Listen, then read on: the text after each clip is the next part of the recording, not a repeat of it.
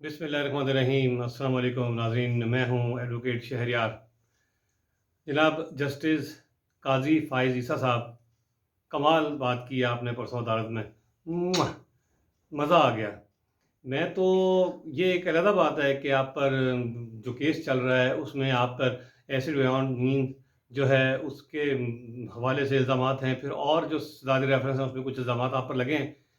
लेकिन जिस तरह आपने ये गुफ्तगू की है ना परसों अदालत में, आपके मुनीर मलिक सुना है नहीं आए थे आपके वकील, तो आपने कहा कि मैं खुद सवालों का जवाब देता हूँ। वहाँ आपने एक बात कही कि पाकिस्तान में रह रहे हैं किसी गटर में। वाह! क्या बात है। चूमने को दिल करता है सर। ये जो आपने बात की है पाकिस्तान में रह रहे हैं गटर में, तो बखुदा मेरे भी यही ख्यालात होते हैं किसी टाइम। तो मुझे तो ये स्मेल आती है, बदबू, ये ताफ़ुन, ये ग़लाज़त।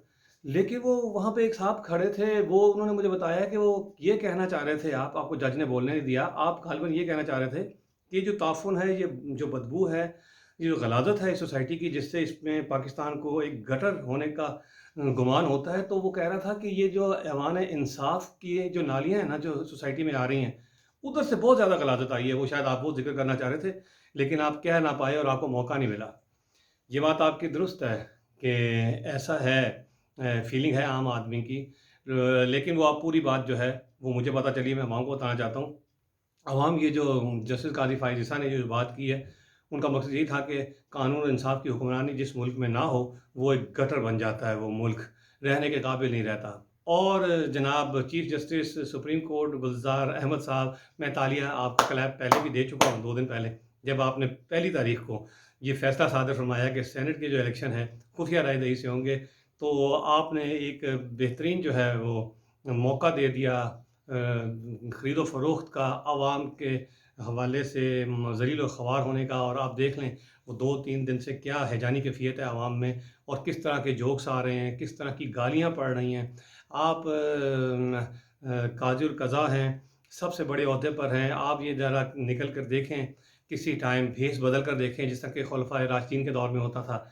भेस बदल के जाएँ, गलियों में, मोहल्लों में जाके देखें कि आवाम के क्या तसव्वुरात, क्या ख़यालात और क्या गुफ्तगू है ये जजेस के और अदलिया के बारे में।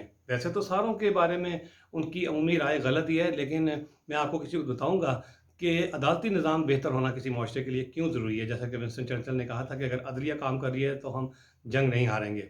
लेकिन आपने ये जो 1 दिन पहले ऐसा फ़ैसला कर दिया, 1 महीना फ़ाइल आपके पास पड़ी रही, लेकिन आपने 1 दिन पहले किया, बड़ी सही चपेट मारी है पीटीआई के मुँह पे।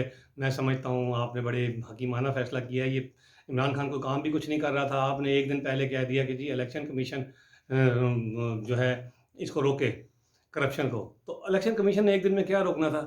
उसने कह दिया जी हमारे पास टाइम नहीं है, सिंपल।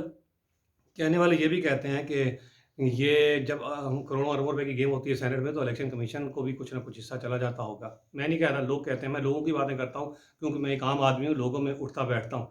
एक कहते हैं कि वकील ना करो जज कर लो।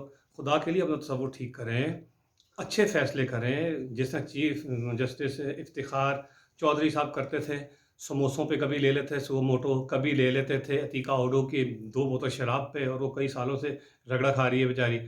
तो आप भी एक ये कुछ ऐसे-ऐसे काम करें कि जिससे आवाम को कोई फ़ायदा हो। जैसे समोसों की कीमतों पे आप भी चाहते तो आइन के हवाले से ज़ोर ना देते, आप चाहे कहते कि नहीं इसको जो है ओपन बैलेटिंग करो, ताकि पता लगे कि अवाम के नुमाइंदे बन के जो आ रहे हैं वो किस तरह करोड़ों रुपए में बिक जाते हैं, अवाम पार्टी की नुमाइंदगी करने वाला शख्स।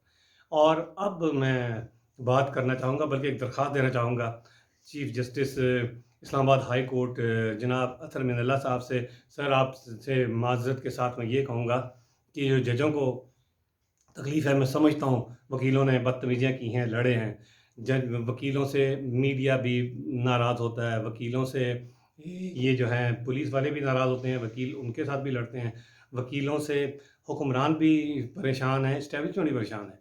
अब मैंने आपको एक दफ़ा पहले सलाह दी थी कि ये जो हाई कोर्ट पर हमला हुआ है, इन वकीलों को जो आप ऐसी सज़ा ना दें कि जिससे बार और बेंच के ताल्लुकात ख़राब हों, इनको आपस में हमेशा के लिए दूरियाँ पैदा हो जाएँ। क्योंकि मैं समझता हूँ कि अब हाई कोर्ट के इंतखाबात हो चुके हैं, अब लोगों की तवज्जो इस इशू की तरफ आएगी वोकला की, और वोकला उन्हें बरी करवाने की भरपूर कोशिश करेंगे। चैम्बर कराना एक अलहदा बात है, वो ठीक है, नाजायज़ था। उनको सज़ाएँ ना दें ऐसी कि हाँ, सस्पेंड कर दें, 2 साल के लिए लाइसेंस सस्पेंड कर दें, जो नुकसान हुआ हाई कोर्ट का, इन्हीं वोकला से आप भरें। उनकी जायदाद की कुर्की कर लें, उनको भरें। लेकिन इतनी दूरी ना करें कि बार और बेंच के बहुत ज़्यादा दूरी हो जाए। अगर कुछ लोग खुश हो रहे हैं इस काम से, तो आप उनको खुशी मुहैया ना करें। हमने और आपने तो इकट्ठे रहना, ये एक मेरा एक वैसे ही एक मौदवाना सी गुज़ारिश है। बाकी आपकी मर्ज़ी, खुश रहें। अस्सलाम वालेकुम।